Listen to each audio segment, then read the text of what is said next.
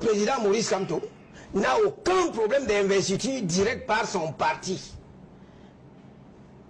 La loi offre effectivement 3 possibilités. Est-ce qu'on est d'accord là-dessus? Yes, être candidat indépendant, il n'en a pas besoin. Pourquoi candidat indépendant? Être investi par son parti politique, on exclut. Ou alors on lui demande d'aller se faire investir pour notre parti politique. Est-ce qu'il a besoin d'aller se faire investir par notre parti politique? Il a son parti politique à lui. Et je vous dis que le MRC n'a aucun problème d'investiture directe. Conformément, en combinaison des dispositions pertinentes de la Constitution que j'ai évoquées et de l'article 26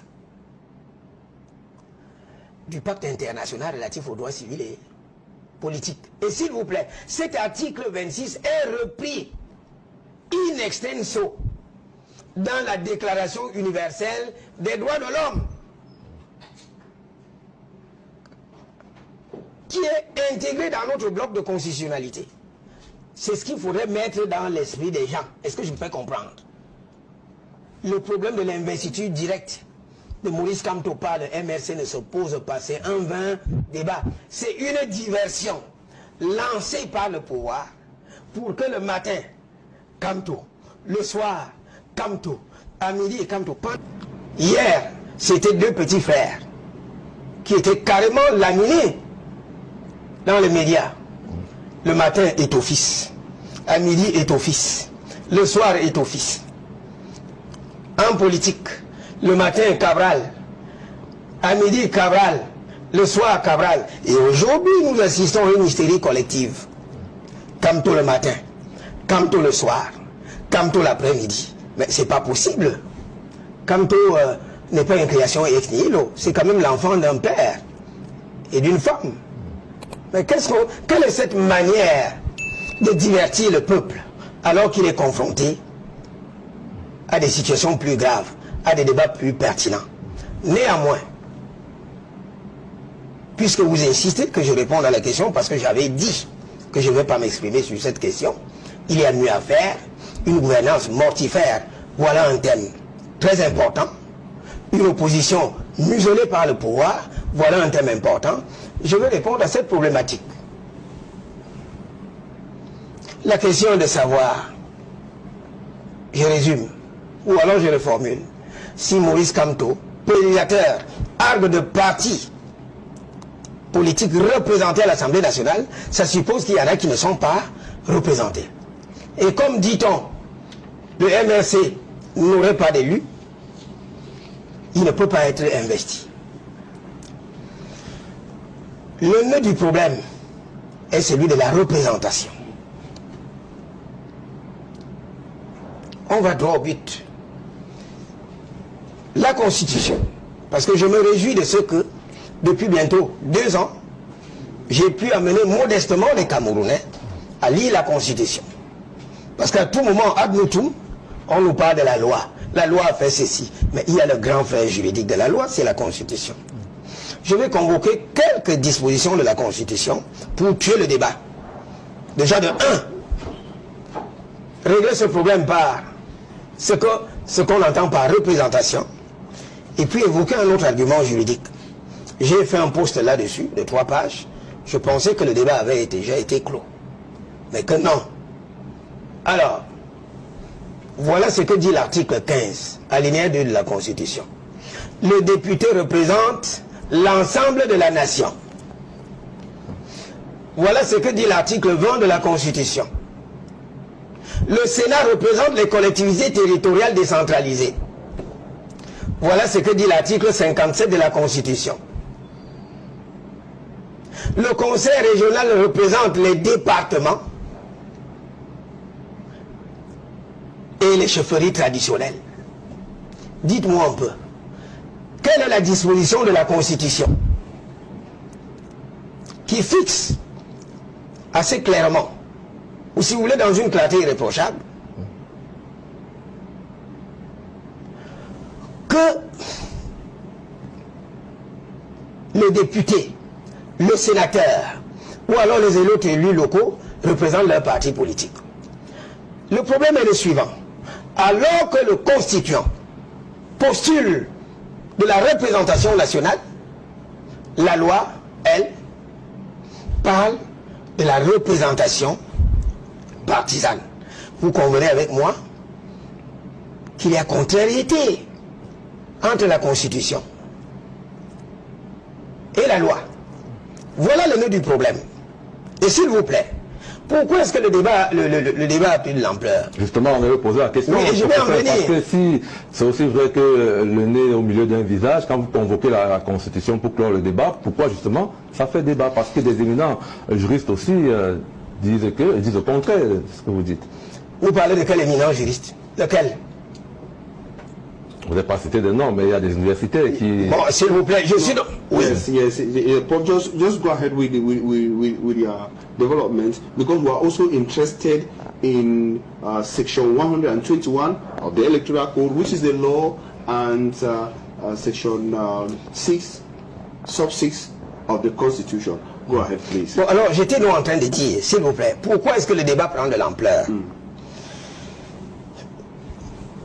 Vous savez, le droit est réservé aux mains expertes. Il y a un moment, on a exhumé une vidéo dans laquelle le professeur Maurice Kamto disait qu'il est conscient de ce qu'en l'état de la loi électorale, le MRC n'ayant pas participé aux élections, ne peut pas se présenter à l'élection présidentielle. Vous vous souvenez de cette vidéo? Alors on a dit non, Kamto est incohérent. Non, je vous dis que Kamto est très cohérent. Kamto a bien dit, sous l'empire de la loi. Or, cette loi est non conforme à la Constitution. Déjà, je rappelle qu'en 1996, Maurice Kamto a co-signé un article avec un collègue qui est un frère Sawa sur la nullité du mandat impératif et qui, à l'heure actuelle, est le président de la Commission nationale des droits de l'homme et des libertés. Mais je demande pourquoi est-ce que ce collègue ne sort pas de l'ombre pour dire qu'il a partagé avec Maurice Kamto dans cet article, à l'article 15, à la page 15 de sa conclusion, que la loi n'a pas à être contraire à la Constitution. Que nous, le législateur, se devait de faire ce que dit le Constitution. Est-ce que je me fais comprendre? Donc, pour vous dire que Maurice Kamto a été très cohérent. Donc, selon l'argument de la représentation, vous êtes d'accord avec moi, s'il vous plaît, que nulle part dans la Constitution, il n'y a aucune disposition qui dispose, s'il vous plaît, il n'y a aucune disposition dans laquelle on parle de la représentation du parti politique dans la Constitution. Je vous mets au défi, donnez-la moi. Donnez-la moi. Par contre, là où la Constitution parle des partis politiques, c'est à l'article 3. Et voilà ce que dit l'article 3. Les partis politiques concourent à l'expression du suffrage. Ça veut tout simplement dire qu'ils sont un vecteur qui propulse les candidatures. Ils participent, s'il vous plaît. Attendez, permettez que je déroule. Je n'ai pas terminé. Vous m'avez invité, permettez que je déroule. Vous avez le temps de poser la question. Ils doivent respecter les principes de la démocratie. C'est ce que dit l'article 3. La démocratie postule de quoi? Des élections inclusives et de la souveraineté. C'est le peuple qui est souverain, qui doit choisir. On ne doit pas limiter. Voilà donc le premier argument. Je résume. La représentation sous le prisme de la Constitution ne postule nullement, ne met jamais en exergue le parti politique, mais plutôt d'autres entités. Exactly. Je dis, je me résume, les députés représentent l'ensemble de la nation, le Sénat représente les collectivités territoriales décentralisées et les conseils régionaux, les départements et les chefferies traditionnelles. Permettez que je donne un dernier argument massu. Parce qu'en fait, de quoi s'agit-il? Nous posons le problème de savoir si Maurice Kamto a le droit, la latitude, la prérogative de se présenter à l'élection présidentielle sous la bannière directe de son parti. Ce sont les droits fondamentaux qui sont mis. Politique, ce sont les droits, oui, ce sont les droits fondamentaux qui sont mis ici en cause. Vous verrez que c'est la loi qui semble enlever cette prérogative à Maurice Kamto. C'est pour ça que je dis que c'est un vain débat. Le problème est véritablement politique. Pourquoi est-ce que je le dis? Allons-y. Vous savez, moi j'élève toujours le débat à l'échelle constitutionnelle. Voilà ce que dit la Constitution de 1996. Le préambule, si vous l'avez ouvert, c'est quoi le préambule d'une constitution? Le préambule d'une constitution est ce premier versant documentaire, c'est-à-dire les toutes premières pages de la constitution avant le dispositif, article 1, 2, 3, qui énonce un certain nombre de considérations politiques auxquelles le peuple camerounais est attaché et qui énonce enfin un certain nombre de droits et de libertés.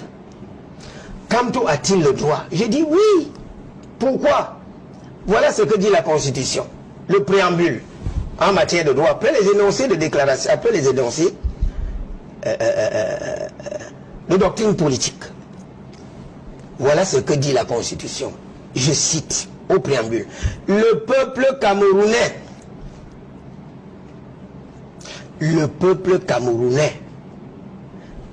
dit que l'être humain, sans distinction de race, de religion, de croyance, a des droits inaliénables et sacrés.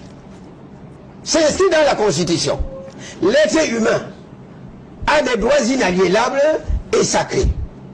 Comment la Constitution peut-il dire que les droits sont inaliénables, on ne peut pas y toucher, et le législateur entend moduler? Non, pas du tout. Le préambule continue, s'il vous plaît. Le peuple camerounais affirme son attachement aux libertés fondamentales inscrites dans la Déclaration universelle des droits de l'homme, la Charte des Nations Unies, la Charte africaine des droits des peuples, la Charte africaine des droits de l'homme et des peuples, ainsi que les conventions y afférentes. Je voudrais vous rappeler ici l'article 26 du pacte international relatif aux droits civils et politiques, parce qu'en fait, voilà le nœud du problème, les droits politiques. L'article 26 dispose, et parce que ça, il faut le dire, ces instruments normatifs internationaux font partie intégrante de la Constitution, en application de l'article 65 de la Constitution, qui dit ceci clairement: le préambule fait partie intégrante de la Constitution. Il y a l'article 45 de la Constitution qui dispose que les accords ou traités internationaux sont les accords ou traités internationaux régulièrement approuvés ou ratifiés ont, dès leur publication, une autorité supérieure à celle des lois. Est-ce qu'on est d'accord là-dessus? Donc, en dehors de la Constitution, qui est hiérarchiquement supérieure à la loi, même les instruments normatifs internationaux sont supérieurs à la loi. Le Cameroun, s'agissant de ce pacte international relatif aux droits civils et politiques, l'a ratifié en 1984. Donc ça fait partie de notre bloc de constitutionnalité. Et voilà ce que dit l'article 26. Pour chuter. Tout citoyen a le droit d'être élu dans le cadre des élections périodiques, honnêtes et égales, de manière à assurer la libre expression de l'électeur. Article 26. Tout citoyen a le droit d'être élu. Mais pourquoi voulez-vous interdire à Maurice Kamto de ne pas être élu, alors qu'il y a une convention internationale qui dit qu'il a ce droit? Et on dit bien dans le cadre des élections honnêtes, égales, et de manière à assurer l'expression libre de l'électeur. C'est donc pour vous dire, sous le bénéfice de ce qui précède, en combinaison de dispositions pertinentes de la Constitution que je viens d'évoquer, qui, ici, traite de la notion de la représentation, fixe bien le domaine ratio personné de la représentation, ainsi qu'en convoquant les libertés fondamentales, inaliénables et sacrées prescrites par la Constitution, j'en conclus que c'est un vain débat juridique. Et qu'à mon sens, le problème est éminemment politique. Pourquoi est-ce que le problème est éminemment politique? On peut comprendre, pour être rassuré de ce que vous dites, la Constitution, à son article 15, évidemment, alinéa 3, parle de cette nullité du mandat, mais cette même Constitution dit à son article 6, et Formiam s'en révèle, c'est passé très rapidement, article 6, alinéa 6, que justement, le régime des élections présidentielles fixé par la loi. Très bien. Alors, s'il vous plaît, la Constitution fixe les grands principes. Est-ce que je me fais comprendre? Exactement. Et la loi, le législateur organise. Mais dans l'organisation des grands principes, dans l'aménagement des grands principes, le législateur n'a pas à s'écarter du sentier fixé par la loi. Est-ce que je me fais comprendre? Parce que tout ne peut pas être contenu dans la Constitution. Pour la simple raison que la Constitution n'est pas la seule norme de l'État. La Constitution a un domaine bien prescrit, bien déterminé. La Constitution règle la question des droits fondamentaux des citoyens ainsi que le statut du pouvoir. C'est tout. C'est justement la raison pour laquelle le constituant donne la charge au législateur d'aménager un certain nombre de droits et de libertés, conformément même d'ailleurs aussi à l'article 26 de la Constitution, en conformité avec la Constitution. Est-ce que je me fais comprendre? Il ne saurait y avoir de tango juridique. C'est-à-dire que la Constitution dit A et le législateur dit A'. C'est normal que l'article 6.6 est délégué, est demandé au législateur de fixer dans les détails de l'aménagement des conditions le régime juridique de l'élection présidentielle. Mais il n'a pas le législateur. Le législateur n'a pas à s'écarter du sentier fixé par le constituant. Si le constituant dit allons à gauche, nous devons aller à gauche. Si le constituant, si le législateur dit allons à droite, il y a un glissement qui pose un problème d'inconstitutionnalité.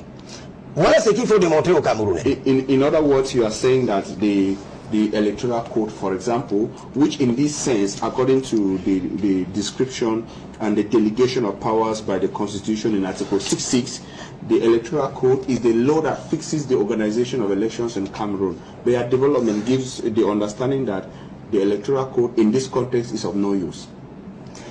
Très bien. Vous posez là une très bonne question.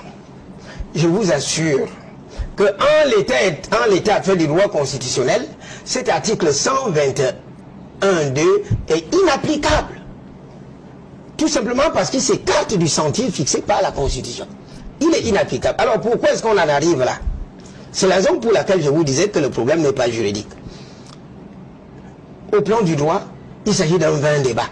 Le problème est éminemment politique. Parce que vous vous souvenez que ça fait depuis des années que l'opposition camerounaise et la société civile exigent, demandent que l'on s'asseye afin d'adopter un code électoral consensuel et l'épurer des choses qui ne marchent pas, comme cette question de l'inconstitutionnalité. Qu'est-ce que l'opposition reçoit comme réponse? L'arrogance du pouvoir. Et vous vous souvenez que la présidente de l'UDC, lors c'était encore à quelle occasion? Yes, there's a platform. It's a platform. Ouais, avait dit au président de la République que l'opposition lui avait envoyé des propositions de modification de code électoral. Et elle nous a fait savoir que le président a dit qu'il n'avait jamais eu ça. Mais attention, de qui se moque-t-on? Donc c'est pour vous dire que le problème du mandat impératif qui est nul, conformément à l'article 15 de la Constitution, Exactly. hein, Article 15. et qui institue le mandat représentatif à l'article 2. Si cette disposition ne fonctionne pas, c'est tout simplement parce que vraiment le problème est essentiellement politique.